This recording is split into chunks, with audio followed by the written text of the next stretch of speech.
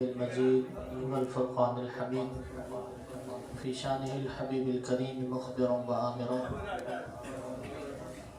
قل إن كنتم تحبون الله فاتبعوني يحببكم الله ويغفر لكم ذنوبكم والله غفور رحيم.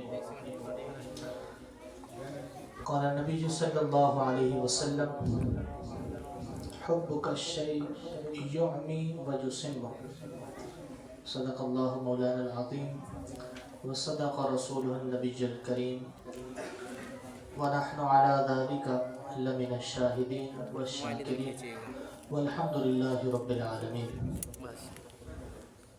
حمد و صلاة کے بعد اللہ رب العزت کی بارگاہ بے کس پناہ میں التجا ہے کہ مجھ گناہگار کو جو کسی لائق نہیں ہے بارگاہ عطا مرشدی سے جو کچھ بھی آپ کی جناب میں ہدیہ تعلیم کرنا چاہتا ہوں حق اور سچ بیان کی توفیق نصیب فرمائے اور اس پر ہم سب کو عمل کی توفیق نصیب فرمائے.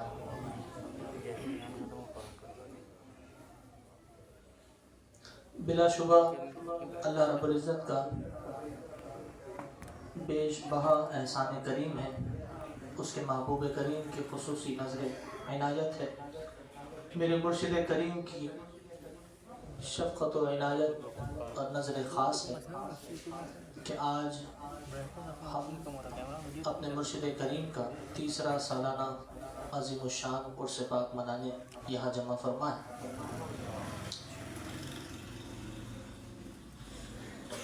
ماشاءاللہ مبالغہ آرائی نہیں کر رہا، لیکن آج ہمارے نعت خواں بھائیوں نے کوئی کسر باقی نہیں رکھی کہ اب کچھ نثر کی صورت میں بھی کچھ شان مرشدی بیان کی جائے. حقیقی عرس کا جو مقصد ہوتا ہے نا وہ یہی ہوتا ہے کہ ہم جس کا عرس کر رہے ہیں، جس کے نام کا عرس منا رہے ہیں، اس کی یاد جو سال بھر میں ہم بھلا بیٹھے ہیں وہ پھر سے تازہ ہو جائے. عرس کا حقیقی مقصد ہی یہی ہوتا ہے. وہ گزرا ہوا لمحہ، وہ زندگی کے سنہرے لمحات جو ہم نے اپنے مرشد کریم کے ساتھ گزارے، وہ ان کی شفقت، ان کی محبت، ان کی عنایتوں میں گزرا ہوا لمحہ سال بھر بعد پھر سے ایک بار اسے یاد کرنے کا موقع ملتا ہے. وہ یادیں پھر سے تازہ ہوتی ہیں، وہ لمحے پھر سے یاد آتے ہیں کہ وہ بھی ایک زندگی کا دور تھا، زندگی کا وہ بھی ایک سنہرا وقت تھا. ایک زمانہ تھا تیرے ساتھ جو گزرا میرا، اب بہاریں وہ کہاں تیرے میں خالی. حقیقی عرس کا مقصد ہی یہی ہوتا ہے. ایک بزرگ کی بات یاد آتی ہے، کسی نے ان سے چلتے پوچھ لیا کہ حضور کافی ضعیف العمر ہو گئے ہیں، آپ کی عمر مبارک کتنی ہے؟ کہنے لگے یار 3 سال عمر ہے.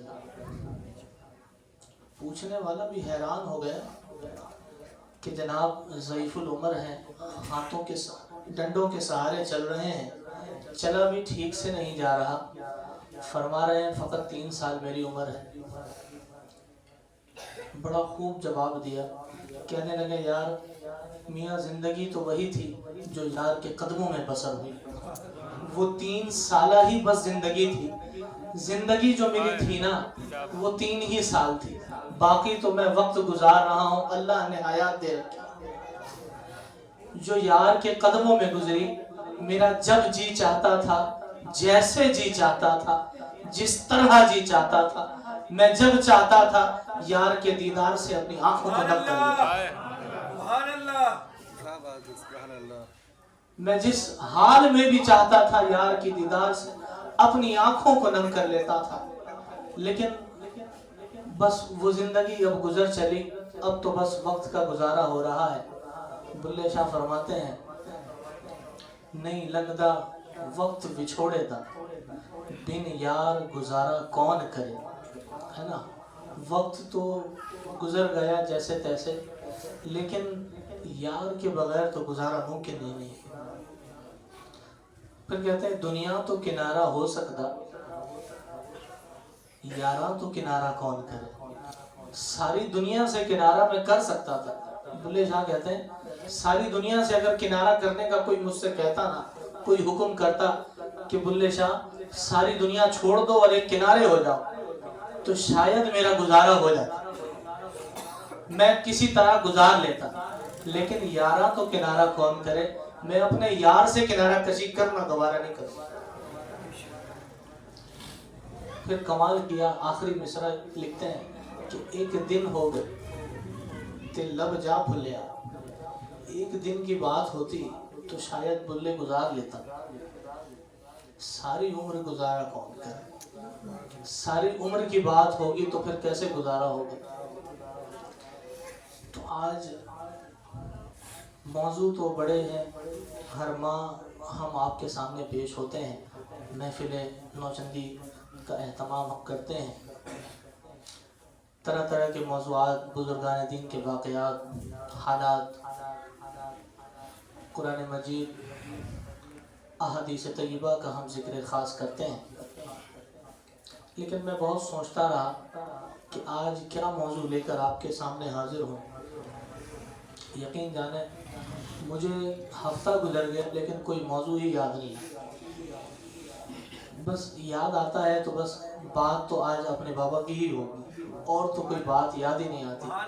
میں نے سوچ رکھا تھا کہ آج عشق پر بات کروں، لیکن میرے نعت خوانوں نے ہی ساری عشق آج اتار کر رکھ دی۔ یہ جو محبوب کی جدائی کا غم ہوتا ہے نا، یہ بڑا ہی حسین بھی ہوتا ہے، بڑا ہی پرتکلف بھی ہوتا ہے۔ حقیقت میں عاشق شیخ اسی کو حاصل ہوتا ہے، عشق شیخی اسی کو حاصل ہوتی ہے جو اس کی جدائی میں غم بھی کھائے، اس کا رونا بھی روئے، اور اس کی شان و عظمت کا بھی چرچا کرے۔ ایک مرتبہ حضرت امیر خسرو رحمۃ اللہ علیہ محبوب الہی کی بارگاہ میں کافی دن کے بعد حاضر ہوئے۔ جب آپ کافی دن کے بعد محبوب الہی کی بارگاہ میں حاضر ہوتے نا، امیر خسرو جو تھے وہ بادشاہ وقت کے ساتھ بھی ملازمت کیا کرتے تھے، تو کئی کئی دنوں کا سفر کر کے وہ اپنے مرشد کی بارگاہ میں حاضر ہوتے۔ ایک دن حاضر ہوئے تو بڑے ہی دیدار کی طلب ہوئی، کہنے لگے کافی دن ہوا گزرے، کہنے لگے اشعار میں فرمایا، کہتے ہیں عید گاہے ماں غریبہ کوئے تو، محبوب تیرا جو آستانہ ہے نا یہی میرے لیے عید گاہ ہے۔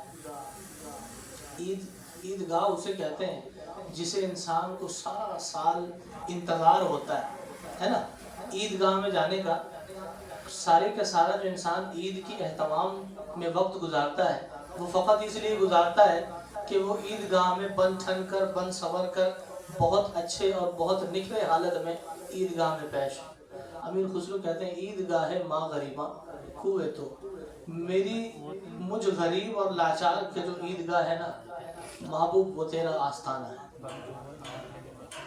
ای بساعت عید دیدن روئے تو، اور میرے لیے جو عید کا چاند ہے نا وہ تیرا چہرہ ہے۔ جس دن مجھے تیرے چہرے کی دیدار ہو جائے وہی میرے لیے چاند رات ہے، اور جس دن تیرے آستان کی حاضری ہو جائے وہی میرے لیے عید کا دن ہے، اور میری حاضری عید گاہ کی ہے۔ اللہ اکبر۔ تو ایسے جب انسان اپنے شیخ کی محبت میں زندگی گزارتا ہے، اس کے عشق میں زندگی بسر کرتا ہے، تو یہ لمحات پیدا ہوتے ہیں۔ بات نکلی امیر خسرو کی تو یاد آیا کہ ایک مرتبہ امیر خسرو کہیں سفر پر گئے تو آپ کو خبر ملا کہ آپ کے محبوب الہی کا انتقال ہو گیا ہے، آپ وصال فرما گئے۔ یہ ایک حسن اتفاق تھا کہ امیر خسرو وہاں موجود نہیں تھے اور آپ کے مرشد کریم کا وصال ہو گیا۔ جب حاضر ہوئے تواریخ میں لکھا گیا کہ آپ کو ایسا جدائی کا غم ہوا، ایسا غم ہوا کہ سارا کا سارا زندگی، باقیہ جو ساری زندگی تھی نا، آپ نے اپنے مرشد کے قدموں میں رو رو کر گزارا۔ ایک مورخ نے تو یہاں تک لکھا کہ مرشد کے جانے کے بعد وہ فقط 6 ہی ماہ زندہ رہے، اور 6 کے 6 ماہ اپنے مرشد کے قدموں سے لپٹ کر روتے رہے۔ دن بھر یہ اشعار اپنی زبان سے پڑھتے رہتے ہیں کہ زہار مسکین مکن تغافل، دورائے نینا بنائے بتیا، محبوب مجھ مسکین کے حال پر رحم فرمائیے، اپنی دیدار سے مجھے بھی مشرف فرمائیے۔ پھر کہتے ہیں کتاب ہجرہ ندارہ میجا، میرے جسم میں، میری جان میں وہ طاقت نہیں کہ تیرے ہجر کا بوجھ برداشت کر سکے، تجھ سے جدائی برداشت کرنا میرے اندر وہ سکت نہیں۔ یہ کہتے کہتے 6 مہینے گزرے اور آپ کا وصال اپنے محبوب کے قدموں میں ہو گیا۔ ایسے بھی عاشق شیخ اس دنیا سے گزرے ہیں۔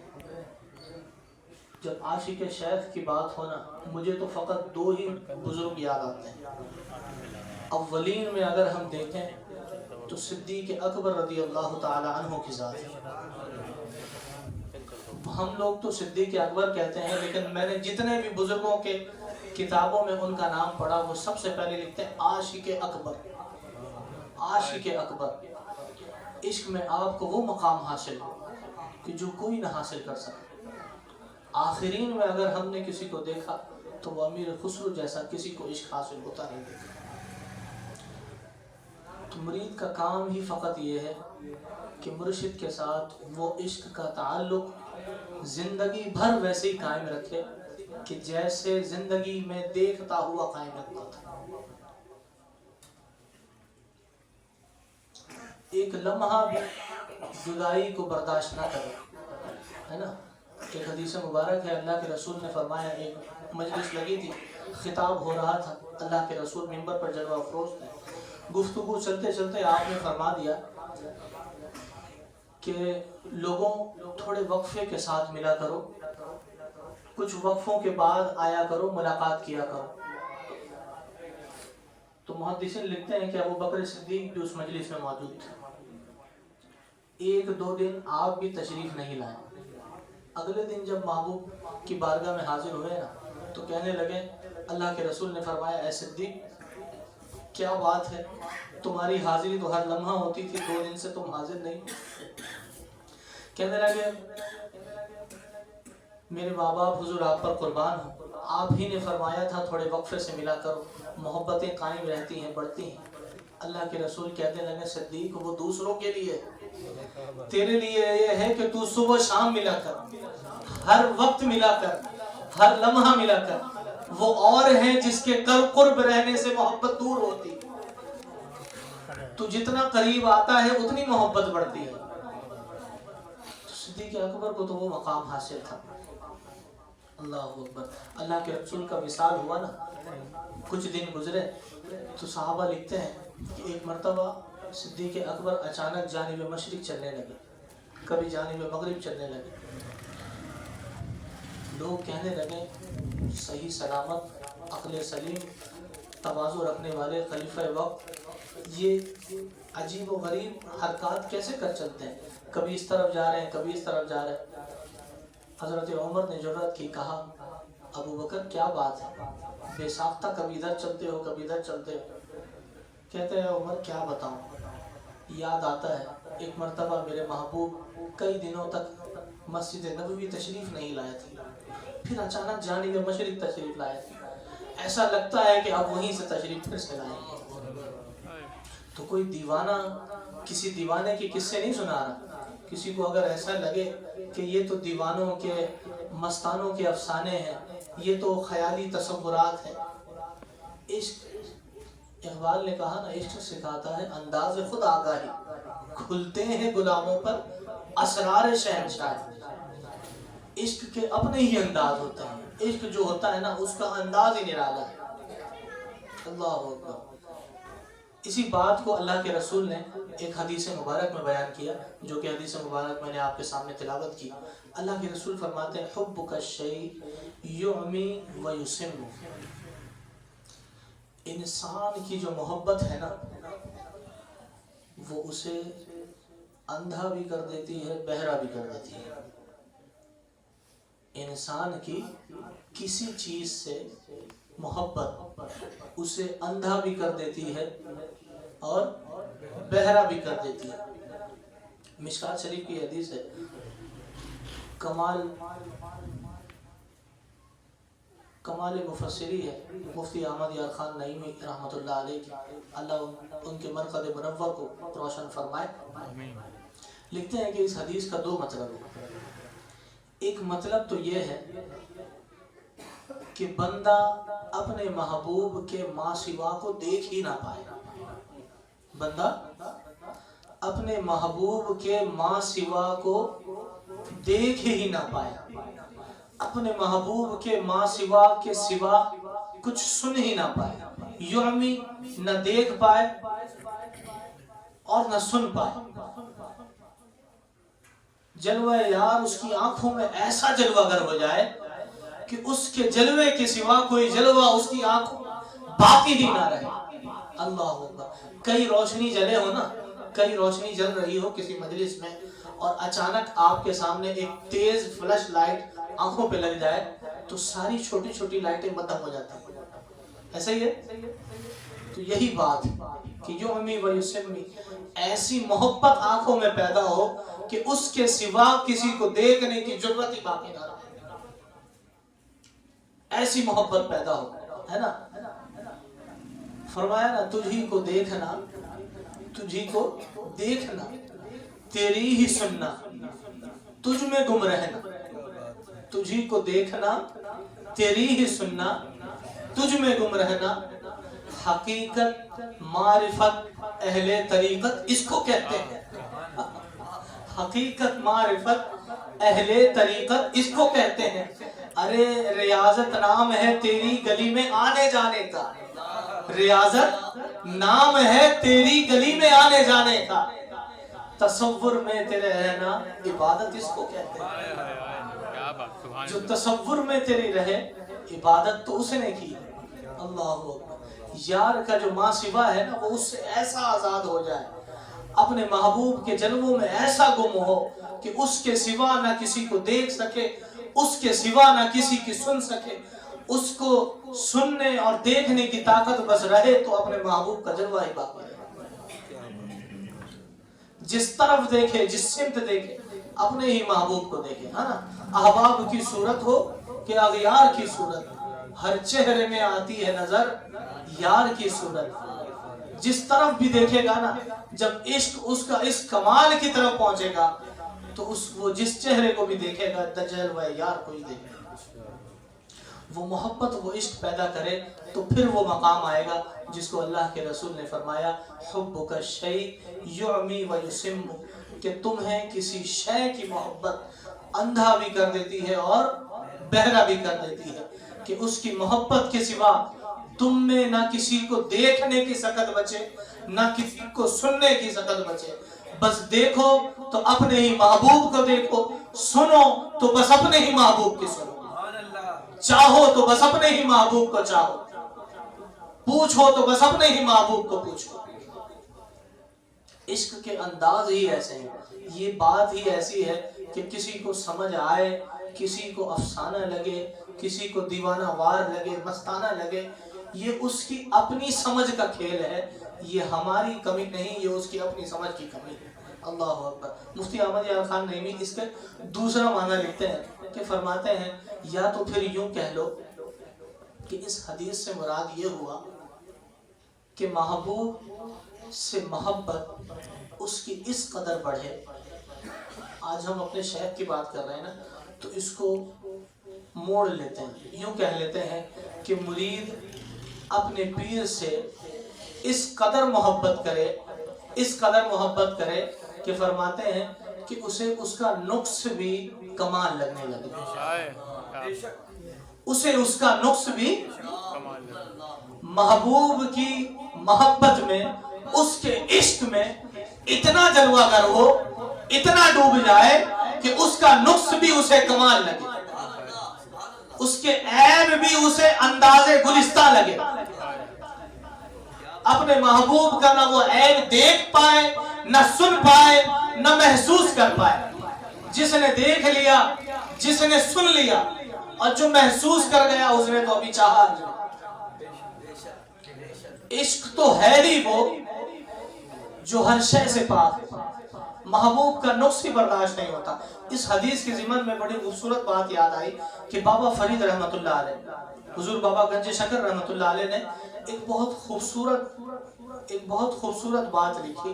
بتاؤں آپ کو، تکلف میں نہ لیجئے گا، خوبصورت بات ہے، بزرگوں کی باتیں ہیں، ایسی ہی مستانہ وار ہوا کرتی ہیں۔ کہتے ہیں کہ ایک دن مجنوں نے سنا، بابا فرید لکھتے ہیں، امید میں وہ الفاظ آپ کے سامنے رکھ رہا ہوں، کوئی ملاوٹ نہیں کر رہا، جو بابا فرید نے لکھا ہے وہ میں آپ کے سامنے پیش کر رہا ہوں۔ کہتے ہیں کہ ایک دن مجنوں نے سنا کہ لیلا لوگوں میں کچھ بانٹ رہی ہے۔ مجنوں نے ایک دن سنا کہ لیلا لوگوں میں کچھ تقسیم کر رہی ہے، کچھ شیرنی بانٹ رہی ہے، کوئی بھی شے ہو، لوگوں کی قطاریں در قطار لگی ہیں اور سب کو اپنے ہڑیاں سے کچھ نہ کچھ نکال کر دے رہی ہے۔ بابا فرید کہتے ہیں کہ مجنوں نے بھی جب سنا تو بھی وہ بھی دیوانہ وار اٹھا اور برتن ہاتھ میں لیے لائن میں قطار میں لگ گئے۔ نمبر جب چلتا چلتا قطار گزرتے مجنوں کی باری آئی تو لیلا نے مجنوں کو کچھ نہ دیا اور منہ موڑ کر واپس چلی گئی۔ یہ بابا فرید لکھتے ہیں اس بات۔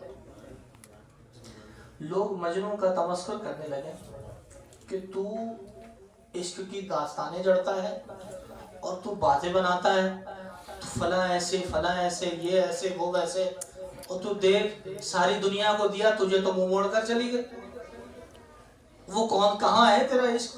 ایسے لوگ آج بھی آپ کو ملیں گے، یہ خاص میں نے آج آپ کے سامنے رکھا ہے، ایسے لوگ آپ کو ملیں گے۔ میاں پیر سے ملتا ہی کیا ہے تم کو؟ تم جو دن رات پیر کے نام کا مالا جپ رہے ہو، آخر تمہیں کبھی کچھ ملا؟ تمہاری حالت تو آج بھی ویسی ہے پہلے جیسے تھے۔ تو یہ اس کے سوچ کا اپنا زاویہ ہے نا۔ مجنوں کی جواب کو سنیے اور اس میں دیوانہ وار ہوئی۔ مجنوں کہتا ہے کہ دیکھو دیا کچھ نہیں نا، سب کو دیا نا، لیکن مجھے نہیں دیا، تم سمجھے نہیں بات۔ لوگ کہتے ہیں کیا؟ تم بات کو سمجھے ہی نہیں، اس نے مجھے تم سے جدا جانا۔ اگر مجھے بھی کچھ دے دیا ہوتا تو میں بھی تم ہی جیسا ہو جاتا۔ مجھے تم سے جدا جانا، مجھے تم سے الگ سمجھا، اگر تمہارے ہی جیسا سمجھتی تو مجھے بھی دے کر چلے جاتے۔ دیکھو مجھے تو جدا تو جانا نا، اپنا تو جانا نا، دیکھا تو صحیح نا، ایک نظر تو مجھ پر کی نا، میرے لیے تو بس ایک نظر ہی کافی تھا، مجھے چاہیے تو کچھ نہیں تھا، بس اس کے دیدار کی ایک جھلک ہی کافی تھی، میرے لیے اتنا ہی کافی تھا کہ مجھے دوسروں سے جدا تو کم سے کم سمجھا۔ اللہ اکبر، عشق کہتے ہی اسے ہے نا۔ وہ ایک شاعر نے لکھا نا، تو نوازے نہ نوازے، نواز دے یا نہ نواز، تو نوازے نہ نوازے تیری مرضی جانی، تو نوازے نہ نوازے تیری مرضی جانی، ہم تو سجدے تیری چوک، تیری ہی مرضی ہے جانا، تو چاہے تو سب کچھ عطا کر دے، چاہے تو سب کچھ لے لے، لیکن قدم تیری جبی، میرا جبی تیری قدموں سے کبھی نہ ہٹے، میری چاہت تو فقط اتنی ہے، تو نوازے نہ نوازے تیری مرضی جانے، ہم تو سجدے تیری چوکھٹ پہ کیے جاتے ہیں۔ نوازنے اور نوازنے نہ نوازنے کا اصول اس کے پاس ہوتا ہے جس کے دل میں عشق نہ ہو۔ عشق جب آتا ہے نہ حرص رہتا ہے، نہ نخوت رہتا ہے، نہ طمع رہتی ہے، نہ لالچ رہتا ہے، نہ طلب رہتی ہے۔ محبوب سے جس کو کچھ طلب ہو، کچھ مانگنے کی چاہت ہو، ابھی وہ اس کا محبوب نہیں ہوا، وہ اس کا حبیب نہ بنا۔ طلب ہوتی، طلب پھر اسی کی ہوتی، اس کے سوا سے وہ آزاد ہوتا۔ اسی کو بزرگان دین کہتے ہیں عشق حقیقی، عشق ذاتی، عشق ذاتی۔ بزرگان دین نے بڑا زور دیا کہ اپنے شیخ کریمین سے، اپنے مرشد کریم سے عشق ذاتی پیدا کرو، عشق صفاتی پیدا نہ کرو۔ صفات کا عشق آئے گا تو صفات کے ساتھ لوٹ جائے گا۔ مرید اگر اپنے مرشد سے یہ سوچ کر عشق کرے کہ مجھے ان کے در سے دولت ملے گی، تو ہو سکتا ہے دولت مل جائے، ہو سکتا ہے نا دولت مل جائے گی، لیکن دولت ملنے کے بعد اس کی حاجت ختم ہو گئی، اب وہ لوٹ جائے گا۔ اگر چاہت میں وہ ہوتا اور وہ چاہت باقی رہتی تو زندگی گزر جاتی اور اس کے قدموں میں رہ جاتی۔ تو اسی لیے بزرگوں نے فرمایا کہ عشق صفاتی نہیں، عشق ذاتی پیدا کرو۔ ذات کا عشق آئے گا تو وہ عشق تمہیں عشق الہ تک لے کر جائے گا۔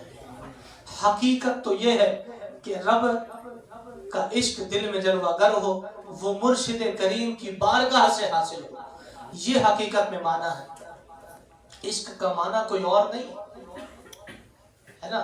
ایک مرتبہ مولانا روم رحمۃ اللہ علیہ سے کسی نے پوچھ لیا، درود شریف پڑھ لیجیے صلی اللہ علیہ وسلم۔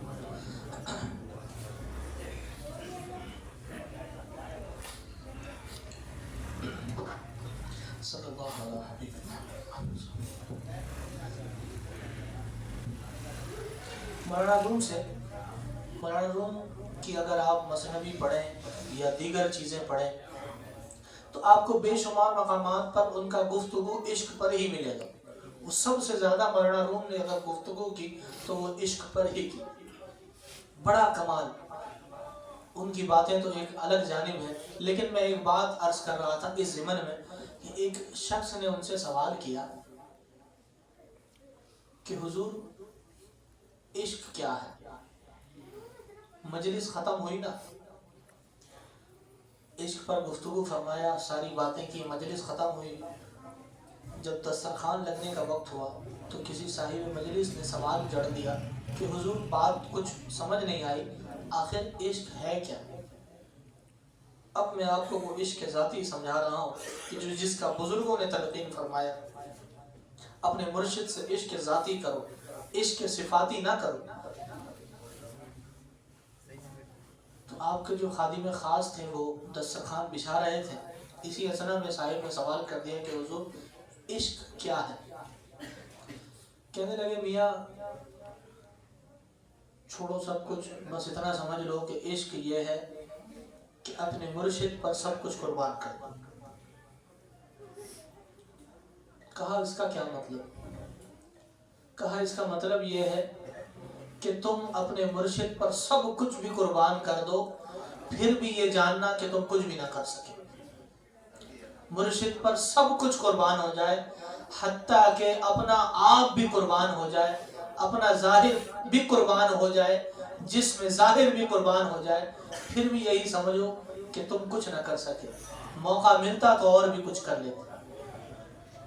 پھر کہتے ہیں کہ یوں سمجھو کہ عشق اس دنیا کے لوگوں کے 3 شمع کی طرح ہے۔ اس دنیا کے لوگوں میں 3 شمع کی طرح ہے۔ شمع ہوتا ہے نا جو پروانہ ہوتا ہے نا جو شمع کے گرد گھومتا ہے، 3 پروانوں کی طرح ہے جو شمع کے گرد گھوم رہا ہے۔ کہتے ہیں پہلا پروانہ تھا جو اس شمع کے قریب گیا، اس چراغ کے قریب گیا اور اس کی تپش محسوس کی اور آ کر تم کو خبر دے دے کہ جناب آج چراغ میں شمع میں گرمی بہت ہے۔ اس نے ابھی عشق کو صرف سنا، اس نے ابھی عشق کو فقط سنا۔ دوسرا پروانہ وہ تھا جو شمع کے اور قریب گیا، چراغ کے مزید گرد گھومتا رہا، طواف چراغ میں، طواف یار میں گھومتا رہا اور اپنا ایک پر بھی جلا آیا۔ اب وہ آ کر کہے تو تم سمجھو کہ اس نے عشق کی کچھ لذتیں پا دی۔ تیسرا پروانہ وہ ہے جو چراغ کے گرد گھومتا گھومتا گھومتا گھومتا پروانے میں جل کر، شمع میں جل کر راکھ ہو گیا۔ بس اسی نے عشق کو جانا. جو جل کر راغ ہو گیا نا بس وہی عشق کو جان سکا. محبوب کے عشق کو حقیقت میں جو جانا نا وہ وہی پروانہ تھا جو اس میں اس کے اپنے محبوب کے گرد گھومتے گھومتے ایک وقت آیا کہ اس میں ایسا فنا ہوا کہ جل کر خاک ہو گیا. اب اس کی ہستی باقی نہ رہی, پروانہ ختم ہو گیا, فقط جب شمع ہی جلتا رہ گیا. یہ وہ عشق تھا. تو یہ ساری باتیں آپ کا خادم خاص جو تھا وہ سن رہا تھا. سنتے سنتے جب صاحب مجلس سارے چلے گئے, مہمان نواز سارے چلے گئے مہمان, تو آپ کا باورچی آپ سے کہنے لگا کہ حضور بات مجھے کچھ سمجھ نہیں آئی, میں بھی وہ عشق میں بھی کرنا چاہتا ہوں, وہ جو آخری پروانہ تھا نا میں وہ بننا چاہتا ہوں. کہا کہ چھوڑ میاں تیرے بس کی بات نہیں, تو جا کچن میں کھانے بنا اور لوگوں کو مہمان نوازی کر. کہا نہیں حضور اب میں وہ عشق چاہتا ہوں جو آپ نے تیسرے پروانے کے لیے کہا نا, وہ میں تیسرا پروانہ بننا چاہتا ہوں. کہا بس ایک کام کرنا, مرشد پر سب کچھ قربان کرنا سیکھ جا. کہا حضور ہو گیا, بات طے ہو گئی. ایک دن ایسا آیا مولانا روم کی بارگاہ میں کہ آپ کی بارگاہ کا اصول تھا کہ صبح کے وقت وہ باورچی جنگل میں جاتا, لکڑیاں کاٹتا اور لا کر اہتمام کرتا, مہمانوں کے لیے کھانے بناتا اور سب کو سرو کرتا. ایک دن ہوا یہ کہ رات کی تاریکی میں آدھی رات کو کچھ مہمان آ گئے. مولانا روم نے حکم دیا اپنے خادم کو کہ لوگوں کے لیے مہمانوں کے لیے کھانا لے کر آؤ. تو اب وہ سوچنے لگا کہ کھانا بناؤں گا کیسے, صبح ہوگی لکڑیاں کاٹ کر لاؤں گا تو جلا کر کھانے بناؤں گا. سوچتا سوچتا دل میں خیال آیا کہ کچھ تو ہے نہیں. اس کے زبان پر یہ بھی نہ آ سکا کہ اپنے محبوب کا انکار کر سکے کہ میں کچھ پیش نہیں کر سکتا آپ کے مہمانوں کو. اس نے کیا کیا کہ اپنے پیروں کو تیل ڈالا اور آگ جلا دی. اپنے پیروں پہ تیل ڈالا اور آگ جلا کر کھانا پکا دیا. کھانا پکتے پکتے اس کا پورا پیر جل گیا. تیل ڈالتا رہا, کھانے پکاتا رہا, تیل ڈالتا رہا, کھانے پکتے رہے, سارا پیر جل گیا. جلے ہوئے پیر لے جا کر مہمانوں کو کھانا پیش کیا. مولانا روم نے اس کی طرف نظر نہیں فرمائی اور جانتے تو تھے لیکن اعراض کر دیا. ایک دن جب وہ رات سویا نا, سارا پیر تو جل گیا. اب اس کو خوف لگا ہے کہ صبح کیا ہوگا. اپنے آقا کے لیے تو میں نے اپنا قدم پیر مبارک ہی قربان کر دیا ہے, لیکن صبح کا منظر کیا ہوگا. صبح تو مجھے جانا ہے, اپنے مرشد کے لیے لکڑیاں جمع کرنی ہے اور ان کے ناشتے کا انتظام کرنا ہے, لیکن میں نے تو اپنا پیر جلا کر راکھ کر دیا ہے. رات سویا اور صبح آنکھ کھولی تو دیکھا پیر صحیح سلامت. صبح جب سو کر اٹھا نا تو دیکھتا ہے کہ دونوں پیر, ایک پیر میں نے جلا دیا تھا مہمانوں کے کھانا گرم کرنے میں اور وہ صحیح سلامت ہے. اب اسے لذت آ گئی. اب جب مہمان آتے ہیں نا وہ یہ دعا کرتا کہ کوئی رات کی تاریکی کا مہمان آ جائے, میں پھر سے اپنے محبوب کے قدموں میں اپنے قدم کو جلا کر راکھ کرتا. اس کو ایسی لذت آئی کہ بار بار وہ یہ کام کرتا رہا. پھر جب کوئی مہمان آتے اپنے پیروں کو جلاتا, صبح کو اٹھ کر دیکھتا تو پھر پیر صحیح سلامت ہے.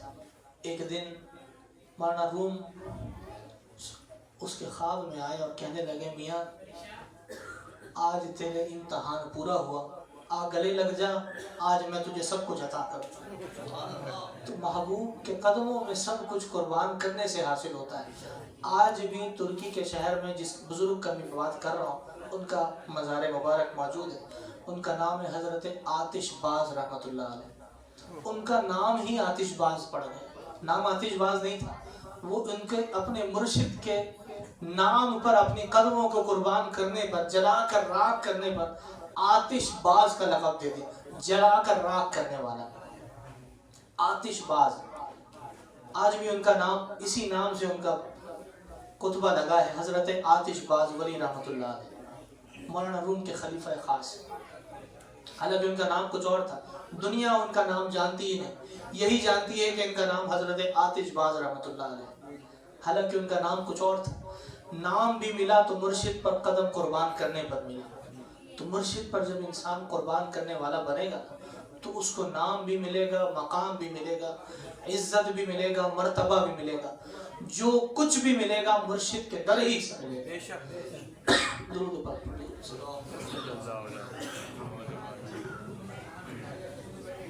اس کا آواز بڑا کھولیے، آواز کھینچ کر.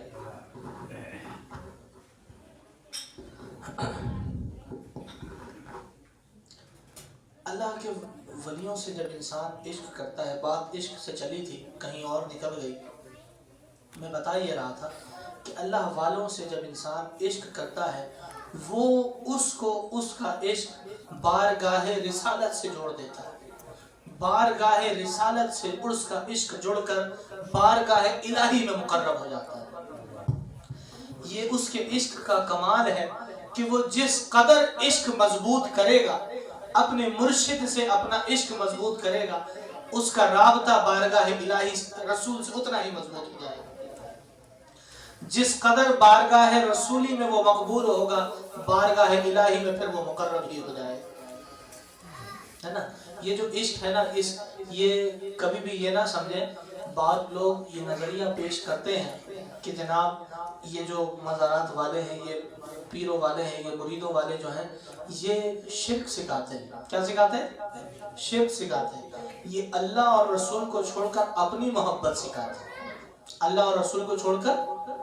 آج چلیے بات آ گئی ہے تو میں آپ کو اس کا بھی جواب دے دوں، سمجھا دوں. جناب یہ اپنی محبت، اپنا عشق نہیں سکھاتے، یہ اس رب ذوالجلال کا عشق سکھاتے ہیں جس کے عشق میں انہوں نے اپنے آپ کو راہ کر دیا.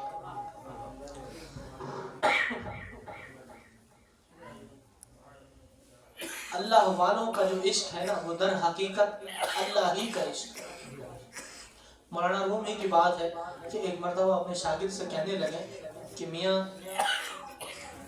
اسی بات کو ذکر کر رہے تھے، اپنے ایک شاگرد سے کہنے لگے. شاگرد جو تھا نا وہ مہنگا تھا.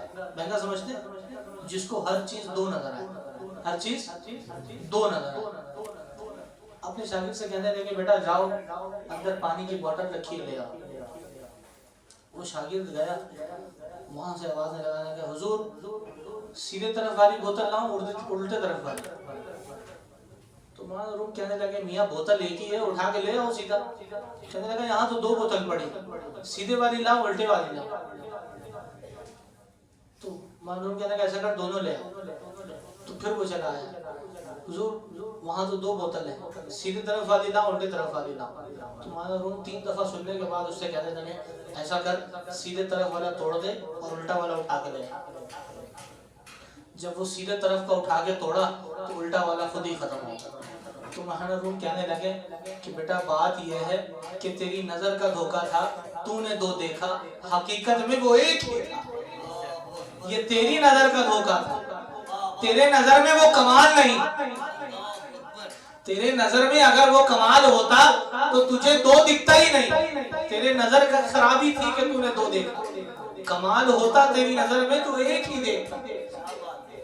تو اللہ اور رسول کی محبت دو نہیں، ایک ہی ہے.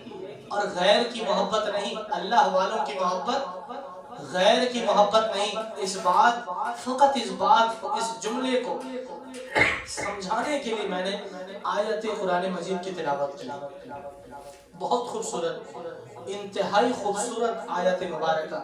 شان رسالت تو اس میں ایسا بیان ہوا، ایسا کمال بیان ہوا، اور شان اولیاء تو ایسا بیان ہوا کہ انتہا.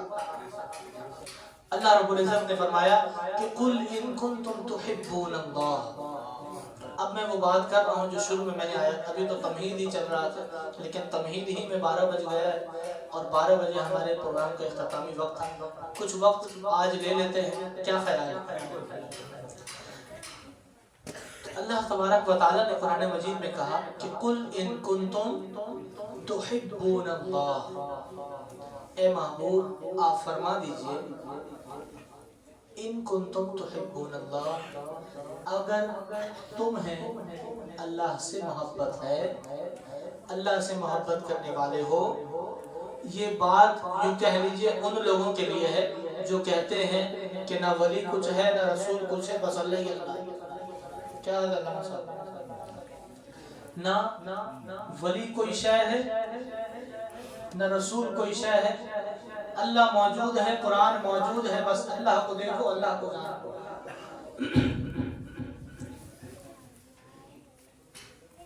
اللہ رب العزت نے اس بات کی بھی تردید کی، اس بات کو بھی کہا کہ قل ان کنتم تحبون اللہ، اے محبوب یہ جو میری محبت کے دعوے دار ہیں نا، یہ جو میری محبت کے دعوے دار بیٹھے ہیں، ان سے کہو فاتبعونی، کہ وہ تیری پیروی کریں. اگر تیری پیروی میں کمال حاصل کر لیا، ان کنتم تحبون اللہ، تو اللہ بھی ان سے محبت کرنے لگے. کمال یہ نہیں کہ ہم محبت کرتے ہیں، یہ کمال ہے، یہ کمال نہیں ہے، یہ نقص کمال ہے. کمال یہ نہیں کہ ہم رب سے محبت کریں، رب کی محبت کے دعوے دار بڑے بیٹھے ہیں.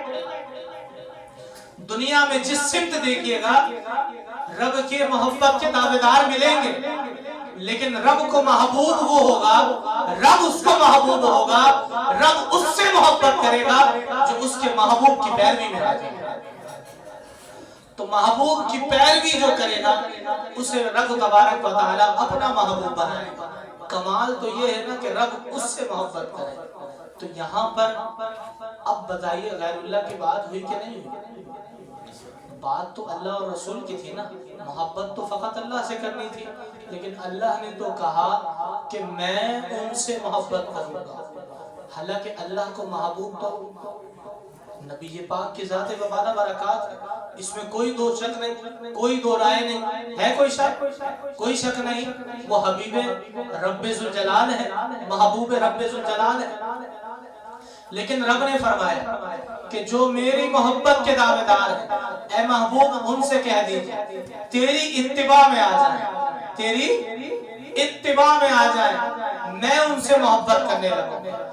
اگر اللہ والوں سے، اللہ کے رسول سے محبت کرنے والے سے محبت کرنا غیر کی محبت ہے، تو اس محبت کا سب سے پہلا دعوے دار میرا رب ذوالجلال خود ہے. اب کیا کہیے گا؟ اللہ نے اپنے محبوب کو چھوڑ کر غیر کی محبت کو بنائی. تو یہ سب سے پہلا دعویٰ تو اللہ نے خود کیا کہ میں اس سے محبت کروں گا جو میرے محبوب کی پیروی میں آئے گا. بات یہ نہیں تھی، بات وہ دوسری والی حدیث جو میں آپ کو پہلے سنا چکا. حبک الشیء یعمی و یسم، اللہ کو اپنا محبوب اتنا پسند تھا کہ وہ چاہتا تھا کہ میں جس سمت دیکھوں اپنے محبوب کا جلوہ دیکھوں، میں جس سمت دیکھوں سنوں تو بس اپنے محبوب کی بات سنوں، دیکھوں تو بس اپنے محبوب کی بات دیکھوں، سنوں تو بس اپنے محبوب کا سنوں. میں اس کی اتباع کو ایسا لازم کروں، ایسا پیروکار کروں اپنے لوگوں کو کہ ہر طرف میرے محبوب ہی کا جلوہ. تو عاشق کا کام ہی یہی ہے کہ اپنے معشوق کے ساتھ ایسا جڑے کہ اس کی خواہش ہی یہی ہو کہ وہ جس سمت دیکھے اپنے محبوب ہی کا جلوہ دیکھے، اس کے سوا دیکھے ہی نہ، اس کے سوا سنے ہی نہ. جیسا کہ اللہ نے کہا کہ فاتبعونی، محبوب جو تیری اتباع کرے گا میں اسے اپنا محبوب بنا لوں گا. گویا میرا محبوب میرے محبوب کے جلووں میں گم ہو جانے والا میرا محبوب ہو جائے گا.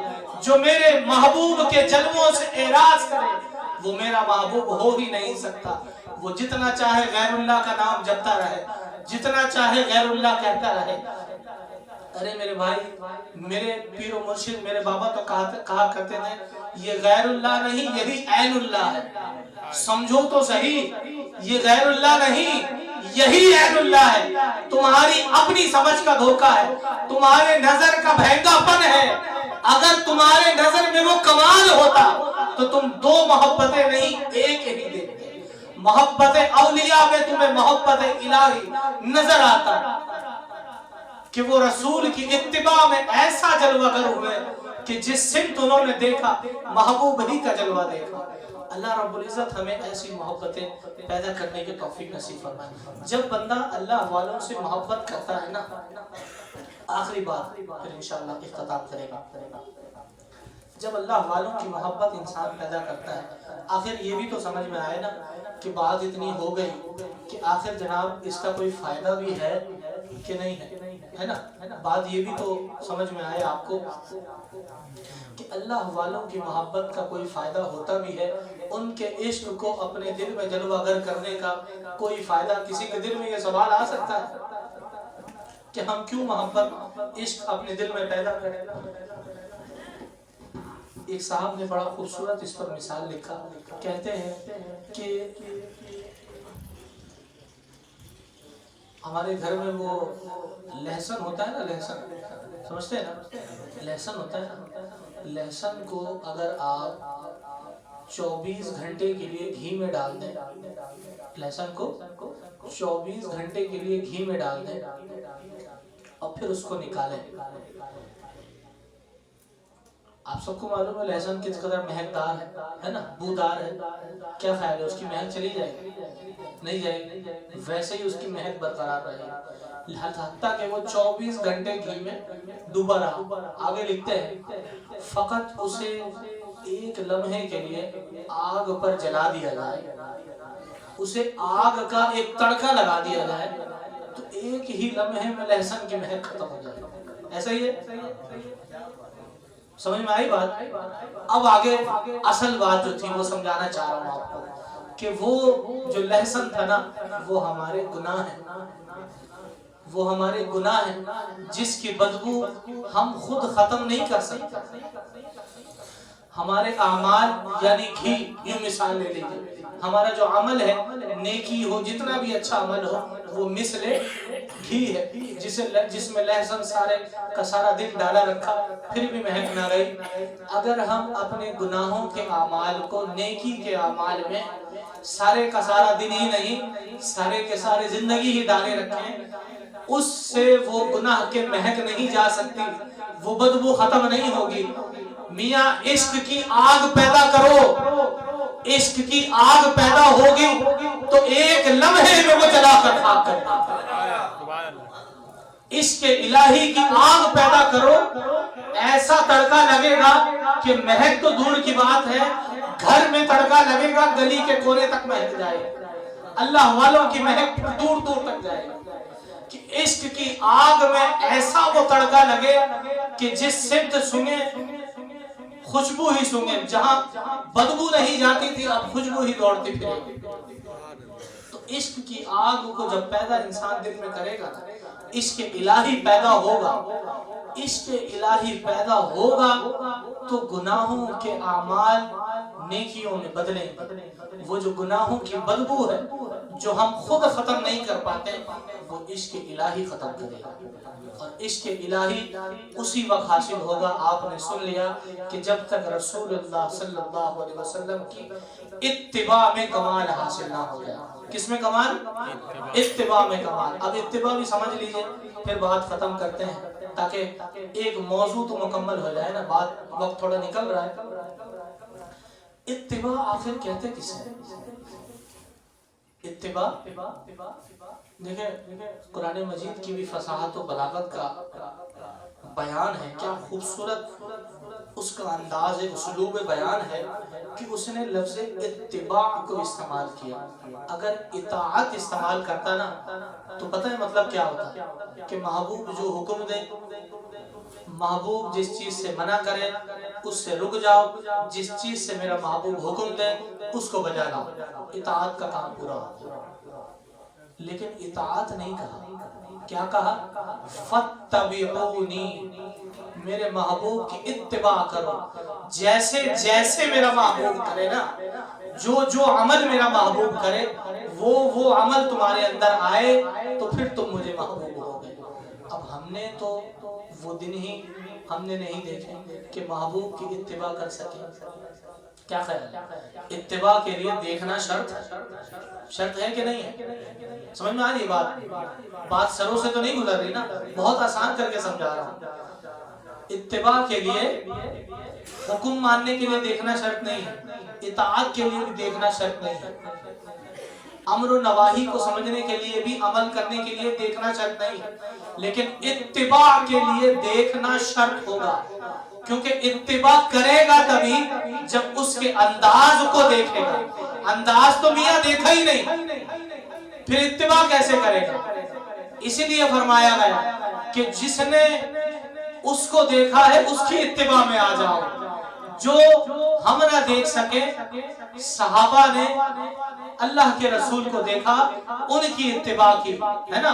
ایسا ہی ہے، صحابہ نے اللہ کے رسول کو دیکھا، ان کی اتباع میں زندگی گزاری، ان کا عمل اللہ کے رسول کا عمل صحابہ کا عمل ہو گیا۔ کیوں؟ کیونکہ اتباع کا حکم صحابہ کو ہوا، صحابہ نے وہ زندگی ان کے انداز پر گزاری۔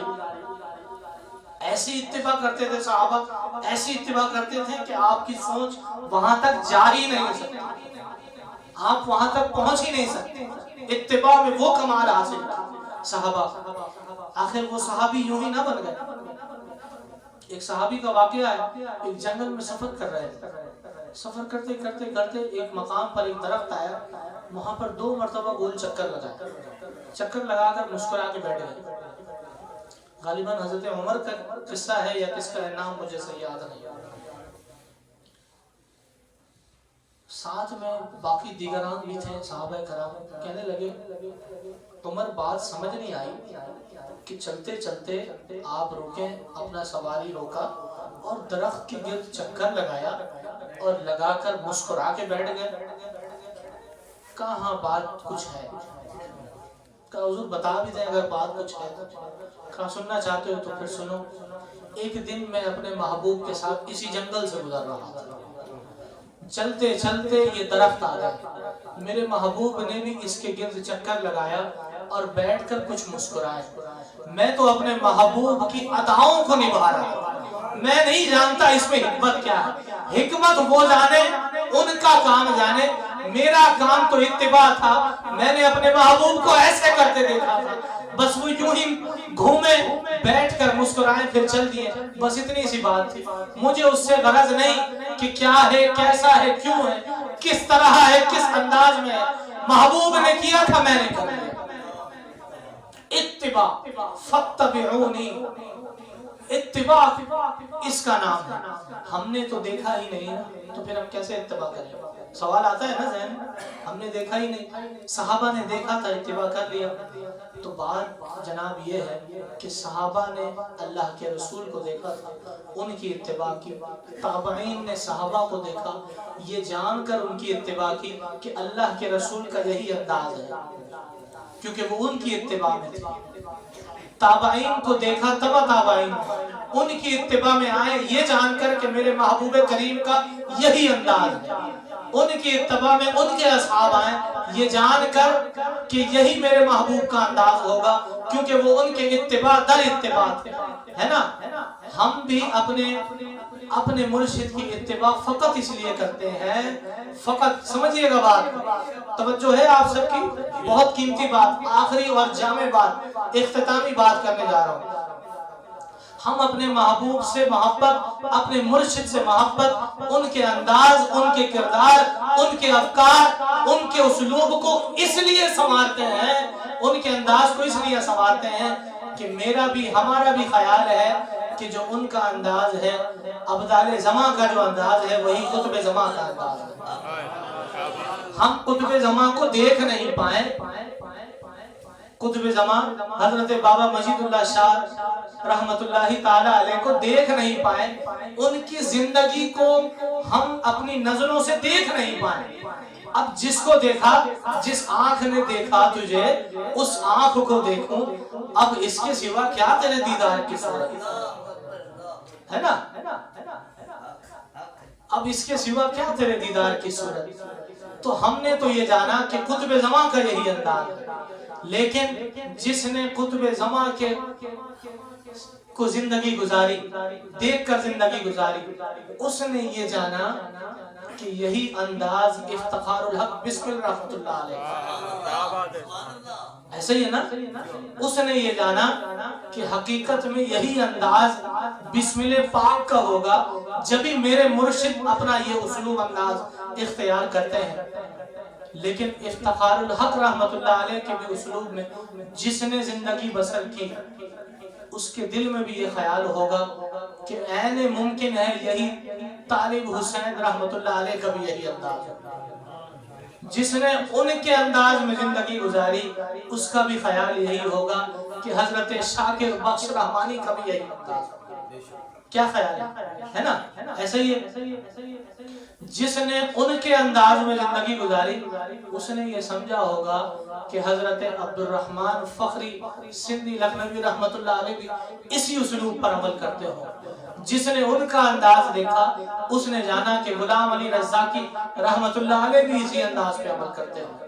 جس نے ان کو دیکھا، جو ان کی صحبت پا سکا، جو ان کے ذکر میں آ سکا، جو ان کے انداز کو پا سکا، وہ یہ جانا کہ حضرت عبد الرزاق رحمت اللہ علیہ بھی اسی انداز پر کاربن ہوگا۔ جو ان کو دیکھ سکا وہ یہ جانا کہ حضرت شیخ عبد الصمد رحمت اللہ علیہ بھی اسی انداز پر کاربن ہوگا۔ جو ان کو دیکھ سکا وہ یہ جان کر ان کی پیروی کرتا رہا کہ یہی انداز عین ممکن ہے کہ شیخ ہدایت رحمت اللہ علیہ کی ہو۔ جو ان کو دیکھ سکا وہ یہی جانا، یہی جان کر زندگی گزارا کہ یہی انداز حضرت حسین رحمت اللہ علیہ کی ہو۔ جو ان کے اسلوب پر زندگی گزارتا رہا، ان کے انداز پر عمل کرتا رہا، وہ یہ جانا کہ حضرت شیخ امان اللہ کے انداز بھی یہی ہوں گے۔ جو ان کے اسلوب پر زندگی گزارتا رہا وہ یہ سمجھا کہ ابراہیم بکری رحمت اللہ علیہ کے انداز یہی ہوں گے۔ جو ان کے زندگی کو پا سکا، ان کی صحبت میں آ سکا، وہ یہ جانا کہ حضرت ابراہیم ملتانی رحمت اللہ علیہ کے یہی انداز ہوں گے۔ جو ان کو پا سکا وہ یہ جانا کہ شیخ فرید الدین رحمت اللہ علیہ یہی انداز ہو۔ جو ان کی صحبت پا سکا وہ یہ سمجھا کہ یہی حضرت شیخ جلال رحمت اللہ علیہ کے انداز ہو۔ جو ان کو دیکھ سکا وہ یہ سمجھا کہ حضرت سید محمد قدس صدق اللہ رحمت اللہ علیہ کے یہی انداز ہو۔ جو ان کو دیکھ سکا وہ یہ سمجھا کہ شیخ بہاؤالدین کے بھی یہی انداز ہو۔ جو ان کی صحبت میں آ سکا، ان کے ذکر میں آ سکا، ان کے اسلوب کو پا سکا، وہ یہ سمجھا کہ حضرت ابو العباس کے بھی یہی انداز ہو۔ جو ان کے ذکر میں آ سکا وہ یہ سمجھ کر آیا کہ حضرت حسن رحمت اللہ علیہ کے بھی یہی انداز ہو۔ جو ان کے ذکر میں آیا وہ یہ جان کر آیا کہ شیخ ابو العباس محمد موسیٰ رحمت اللہ علیہ کے بھی یہی انداز ہو۔ جو ان کے ذکر میں آیا وہ یہ جان کر آیا کہ شیخ محمد علی رحمت اللہ علیہ کے بھی یہی انداز ہو۔ جو ان کے ذکر میں آیا، ان کی صحبت پا سکا، وہ یہ جانا کہ حضرت محمد بن ابو صالح کے بھی یہی انداز ہو۔ جو ان کے ذکر میں آ سکا وہ یہ جانا کہ حضرت سید محمد بغدادی رحمت اللہ علیہ کے بھی یہی انداز ہوں گے۔ جو ان کے ذکر میں آیا وہ یہ سمجھ کر آیا کہ یہی انداز حضرت ابو بکر شبلی رحمت اللہ علیہ کے ہوں گے، یہی انداز سری سقطی رحمت اللہ علیہ کے ہوں گے، یہی انداز جنید بغدادی کے ہوں گے۔ جنید بغدادی کے زندگی میں جو آیا وہ یہ جانا کہ یہی انداز معروف کرخی رحمت اللہ علیہ کے ہوں گے، ہے نا؟ یہی انداز وہ یہ سمجھا کہ سری سقطی کے جو انداز تھے، جنید بغدادی کے جو انداز تھے، یہی انداز عین ممکن ہے حبیب اعظمی کے بھی یہی انداز ہو۔ حبیب اعظمی کی زندگی کو جو پا سکا وہ یہ جانا کہ حضرت حسن بصری رضی اللہ تعالی عنہ کو بھی یہی صحبت حاصل تھی، ان کے یہی انداز ہوں گے۔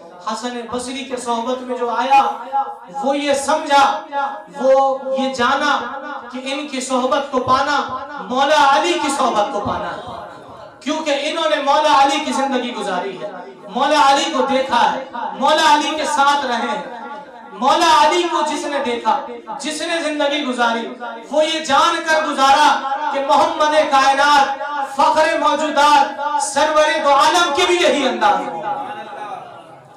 تو یہ انداز، یہ سلاسل چلتے چلتے یہ جانتے جانتے کہ یہ ان کے انداز ان کے محبوب کے انداز ہے، ان کے محبوب کے انداز ان کے محبوب کے انداز ہے، در حقیقت محمد رسول اللہ کے انداز ہے۔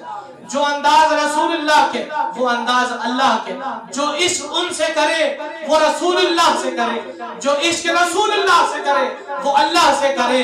اسی لیے رومی نے کہا بشکل شیخ دیدم مصطفیٰ را نہ دیدم مصطفیٰ را بل خدا را وما علیہ الا البلاغ۔ اللہ اکبر یا رسول اللہ۔